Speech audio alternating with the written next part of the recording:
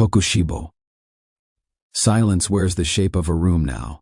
I have leaned into it so long that I can name each hollow, count the beats between my own thoughts.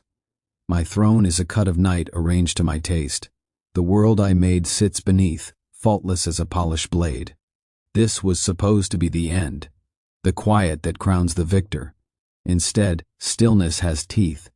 Lately, movement finds me in the margins.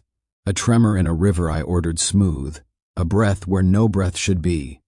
I walk the halls and the reflections in the lacquered floor move a fraction out of time with me, answering questions before I finish asking them. I taste a faint wrongness on the air. Not danger, not the old frantic hunger of demons, but something older, patient, like a memory pressing its palm against a window. I tell myself I have seen and swallowed every hunger. I tell myself I am the final answer. The pulse grows, I do not name it. Names are weapons, they cut the delicate things that remain. So I sit, and I feel watched by a shape I cannot yet see. Muzan. Death did not end me, it unhooked me from the world I thought mine and flung me through a seam I had never known existed. I kept memory like a second skin. Every insult, every triumph, every calculation that had taught me to bend others to my will. A different sun hung over that place. It was not gentle. It forced me to learn. I discovered that light is a language, that its syllables could be arranged like strikes, like breath patterns. If in one world I was the shadow that devoured, in another I would become the cadence that bends light itself. Centuries narrowed into single motions. I learned to shape warmth into direction, heat into timing. I danced until muscle and mind answered the same command, until the rhythm would not fail me. When the doctor in that world misstepped, the pattern completed itself, as it had once done, and from that act I rose again into a new name, older than my first. They think the sun burns me, they do not know how I learned to move inside it. Kokushibo. The world bends differently now, the perfect symmetry I carved, trees planted with geometric mercy, rivers braided to my preference, shivers as if remembering storms. Corridors lengthen and shorten like breath. The air hums with a thread that does not belong to me. It is woven with a cadence I instinctively know and yet cannot place. I dispatch no herald. It would be arrogant to announce what I do not understand. Instead, I watch. Shapes appear in the periphery, a ripple among the constellations, a star coughing like a throat clearing. I sense a mind reaching into mine, probing. It is not clumsy, it does not sneak, it is patient and precise. At times I think it resembles an old rival. At others, I convince myself it cannot be, for I have eaten the world that housed him. The logic of that thought comforts me for a breath. Muzan, I did not re-enter the world like a storm. I came as a quiet wound that widens without making noise. My new body, if that is what it can be called, is tempered by sun and cunning.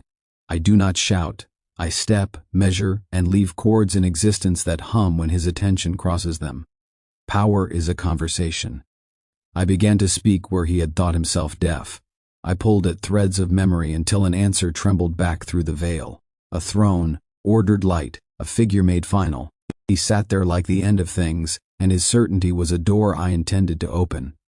Every lesson I learned was not to break, but to return. I came back not for old fealty, not for petty triumph, but to take the consequence of that hunger, and to reforge it into challenge. Kokushibo. Unseen hands rearrange the tessellations of my days. Small animals, perfect in their patterning, hesitate where they once moved with obedient grace. Their eyes flick toward the horizon as if a voice beneath the world called them. I listen for drum, for strike, for the old chaos. Nothing. Only tides that mimic memory. I try to summon the face that belongs to that cadence. All I find are fragments, a laugh eaten by the dark, the ghost of a scent that used to burn before me. My certainty, that cold and satisfying blade I had always trusted, chips like lacquer under a sudden pressure. Do I dread what I cannot name, or do I dread having been mistaken in naming myself final? The distinction is a spider's thread, whether fear of another or fear of myself, and either is enough to unbalance a god. Muzan. There are doors between places that only hunger finds. I step through one and another answers, a corridor of possibility. Each crossing leaves a residue, stars tilt, a sky sighs. I feel the presence that once devoured me before I shaped it. It is not dread that meets me, but a brittle pride, a throne's chill. I do not cloak myself in the past. I wear its lessons. I am not the same man. I am the first demon reborn with sunlight in my hands. I have learned not how to be gentle, but how to persist, until the world yields its pattern to me.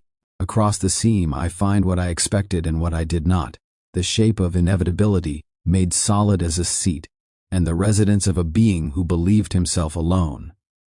Kokushibo. The seal between one order and another vibrates, and through the tremor I see a shatter of black move like a stain against my ordered light. It approaches slowly, not stumbling but dragging some part of another sky with it. The throne room inhales as if to speak, but swallows its breath. I rise, and for the first time in ages my hand trembles on the hilt beside me.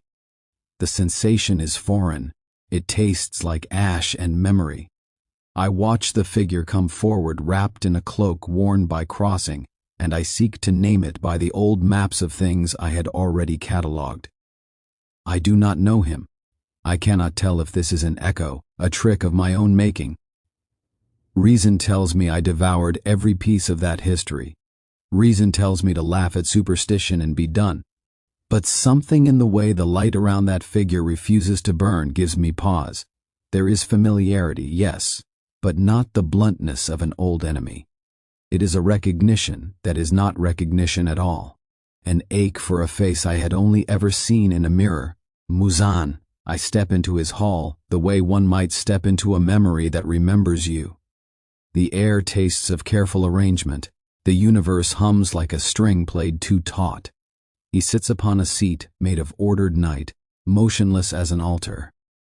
For a flicker I feel something like regret, not for my acts, but for the slow, thorough erasure of possibility. Yet I am not here to rehearse repentance. I am here to claim the question his perfection cannot answer, whether creation ordered in a single hand can endure when opposition returns. I lower the hood of my cloak. The motion is deliberate. It is an old courtesy and an old cruelty at once, the revealing of self to a face that thought itself final, convergence. The corridor's echoes fold into one another as the cloak falls. Light, patient and thin, slides along the hollow where the hood fell away. What looks back is familiar, not as a man remembered, but as a shadow that has learned to walk in sun and shade both. Kokushibo's lips form a name like a prayer or a curse. The sound is small in the vast room, but it lands like a stone thrown far. For a moment the world seems to hold its breath. Whether it is fear or expectation I cannot yet say. Throne room. The figure stands before the throne, cloak shredded by crossings, the edges smoldering like dark paper. His eyes, comfortable in their cruelty, meet Kokushibo's. The smile is not wide, it is a businesslike thing, an old instrument retooled. He speaks with a voice that has swallowed centuries and learned economy. Kokushibo. It's been a while. The name hangs between them, and in its sound is every old equation returned to the page, unfinished, persistent, alive. Above, the sky does not shift to battle nor soften to mercy, it simply listens. The world waits for the pattern to begin again.